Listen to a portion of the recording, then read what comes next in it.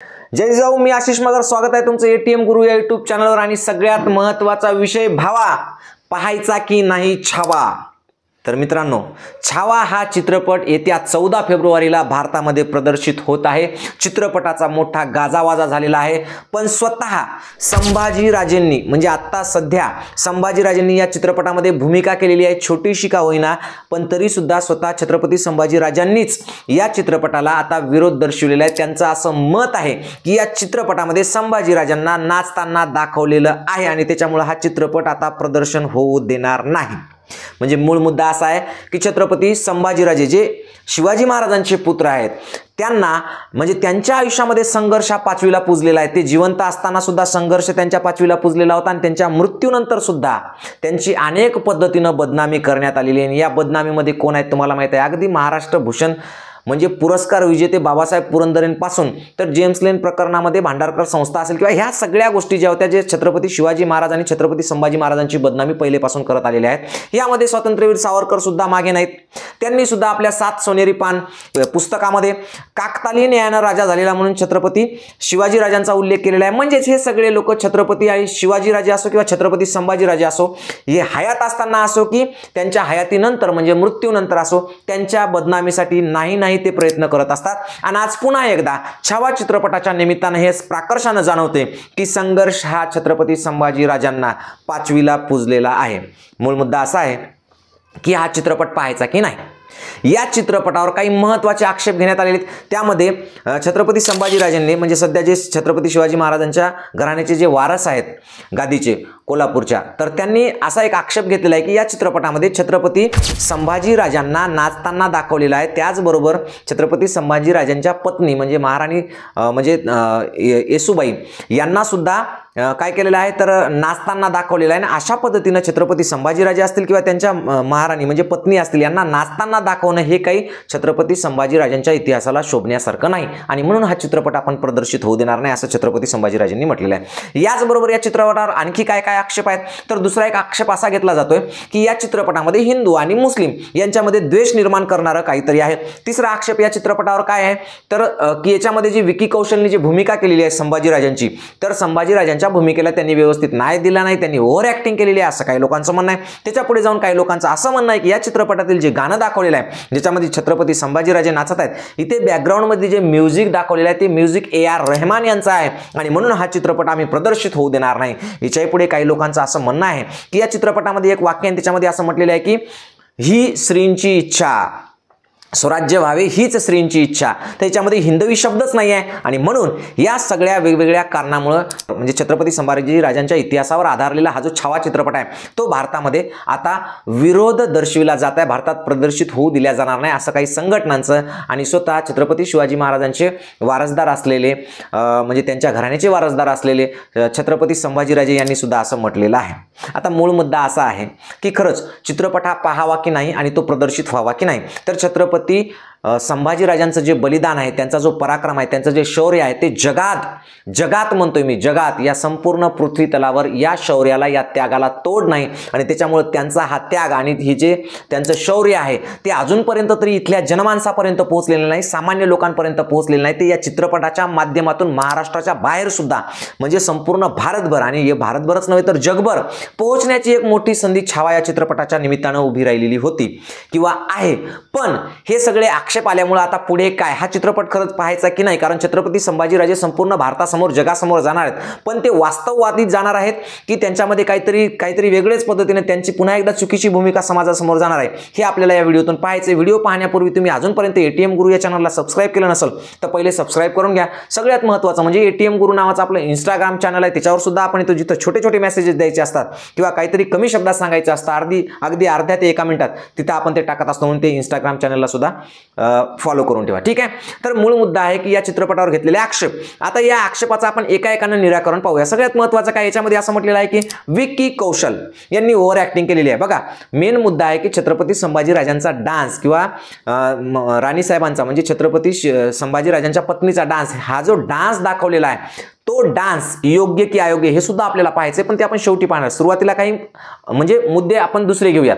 तर पहा, over acting, तर मित्रांनो साधी गोष्ट आहे, जेव्हा तुम्हाला एखाद्या जगभरामध्ये त्यांच्या तोडीचा कोणताही योद्धा नाही. इतक्या महान योद्ध्याचं, इतक्या महान प्रशासकाचं, इतक्या कुशल राजाचं आणि इतक्या म्हणजे धाडसी राजाचं जेव्हा तुम्हाला म्हणजे अभिनय करायचा असतो किंवा त्याची भूमिका तुम्हाला साकारायची असते, तेव्हा त्या भूमिकेला न्याय देण्यासाठी तुमच्यावर प्रचंड दडपण असतं. आणि या दडपणामधून जेव्हा तुम्ही काम करता तेव्हा काही गोष्टी त्यांच्या भूमिकेला न्याय देण्यासाठी अतिशयोक्तीपर्यंत जातात किंवा त्याच्यामध्ये थोडंफार ओव्हर ॲक्टिंग होऊ शकते, याच्यामध्ये शंका नाही. पण त्यांनी काही ते मुद्दामून केलेलं नाही किंवा ओव्हर ॲक्टिंग केली असं म्हणता येणार नाही आपल्याला. त्यांनी त्यांच्या भूमिकेला न्याय देण्यासाठी प्रयत्न केलाय. तुम्हाला साधी गोष्ट सांगतो की ही भूमिका निवडत असताना किंवा त्यांनी नेमका काय लूक ठेवावा आणि काय नाही, याच्यासाठी जगप्रसिद्ध असे चित्रकार जे की माझ्या स्वतःच्या जिल्ह्यातले आहेत, माननीय शिवराज जगताप जे आहेत, हे एक सुंदर चित्रकार आहेत ज्यांनी जागतिक लेवलवर आपलं नाव कमवलेलं आहे. यांच्याकडून छत्रपती संभाजीराजांचं पूर्ण पुस्तक, त्यांचा पूर्ण चरित्र वाचन करण्यात आलं आणि छत्रपती संभाजीराजांचा चेहरा कसा असेल, त्यांच्या चेहऱ्यावरचे हावभाव कसे असतील हे दाखवून त्यांच्या पद्धतीतलं म्हणजे छत्रपती संभाजीराजांची वेशभूषा आणि ते कसे दिसत असतील याबाबतचं पोर्ट्रेट म्हणजे चित्र तयार करण्यात आलं. आणि त्या चित्रानुसार मग विक्की कौशलचं म्हणजे मेकअप करण्यात आलं किंवा त्यांना त्या पद्धतीनं त्या भूमिकेमध्ये न्याय देण्यासाठी बनवण्यात आलं. त्यांना त्या पद्धतीने त्यांचा मेकअप करण्यात आला.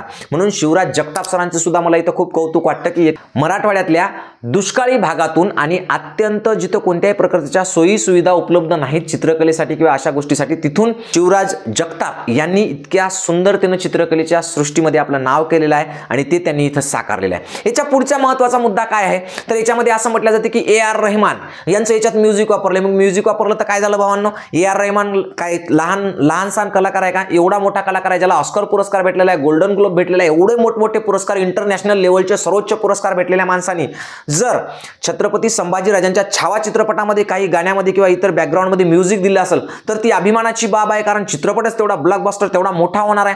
त्याच्यामुळे हा काही मुद्दा निषेध करण्याचा किंवा चित्रपटाला विरोध करण्याचा असूच शकत नाही. त्याच्यानंतर महत्त्वाची गोष्ट काय तर याच्यामध्ये हिंदू मुस्लिम द्वेष पसरवण्यासारखं काही आहे का तर मूळ मुद्दा आहे की हा जो चित्रपट आहे हा चित्रपट आहे स्वराज्य ज्यांनी स्थापन केलं त्या छत्रपती शिवाजी महाराजांच्या मराठा साम्राज्याचा. आणि त्याच्या विरोधात कोण आहे तर त्यांचा शत्रू जो की मोगल साम्राज्य म्हणजे मोगल सम्राट होता. म्हणजे मोगल आणि मराठी किंवा मुघल आणि मराठी यांच्यामधला हा सत्ता संघर्ष आहे. आणि हा सत्ता संघर्ष या चित्रपटामध्ये दाखवलेला आहे. इथं कुठेही हिंदू किंवा मुस्लिम किंवा मराठा किंवा मुस्लिम अशा पद्धतीचा धार्मिक संघर्ष नाहीये आणि तो नव्हता. त्याच्यामुळे या चित्रपटामध्ये सुद्धा हा फक्त सत्ता संघर्ष आहे, मराठा साम्राज्य विरुद्ध मुघल साम्राज्य. आणि त्याच्यामुळे जर कोणाला याच्यामध्ये असं वाटत असेल की औरंगजेबाला याच्यामध्ये इतकं भयानक विलन दाखवलं, जर समजा कोणाच्या भावना दुखावल्या असतील तर त्यांनी चुलीत जावं सरळ सरळ. कारण इथं मूळ मुद्दा हिंदू मुस्लिम हा नसून इथं मूळ मुद्दा आहे मराठा सत्ता आणि मुघल साम्राज्य या दोघांमधली लढाई, जिथं स्वराज्यासाठी छत्रपती संभाजीराजांनी स्वतःचं बलिदान दिलंय. आणि छत्रपती संभाजीराजांचं बलिदान घ्यायला किंवा त्यांना छत्रपती संभाजीराजांना संपवण्यासाठी जो आला होता तो औरंगजेब इतका क्रूर कर्मा होता की त्याच्या राज्याला किंवा त्याला चांगलं म्हणण्याची हिंमत या तरी देशामध्ये कोणीही करणार नाही असं मला वाटतंय. त्याच्यामुळे औरंगजेबासोबतची जी लढाई आहे ती धार्मिक नसून ती सत्तेची लढाई होती आणि ती स्वराज्य वाचवण्यासाठीची लढाई होती. त्याच्यामुळे याला हिंदू मुस्लिम या अँगलनं पाहणं हा निव्वळ मूर्खपणा ठरेल. चला त्याच्यानंतरचा मुद्दा काय होता तर त्याच्यानंतरचा मुद्दा असा होता की या चित्रपटामध्ये असं म्हटलेलं आहे की हीच श्रींची इच्छा, ही स्वराज्य व्हावे हीच श्रींची इच्छा. तर स्वराज्य व्हावे म्हणजे काय?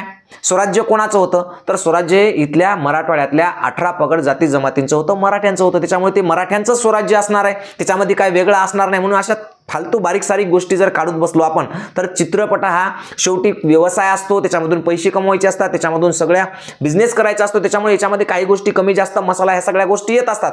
पण याच्यामधून विकृतीकरण काही होऊ नये ही आपण अपेक्षा बाळगू. आता याच्या पुढचा मुद्दा आहे की छत्रपती संभाजीराजांना आणि त्यांच्या पत्नींना लेझिम खेळताना दाखवलं. मूळ मुद्दा असा आहे की आपल्याकडे मराठा साम्राज्य चालवण्यासाठी राणी ताराराणी ज्या असतील त्यांनी एवढा मोठा संघर्ष उभा केला. मोगलांशी इतके दिवस त्यांनी संघर्ष करून 17-18 वर्ष मराठ्यांची सत्ता टिकवली त्यांनी.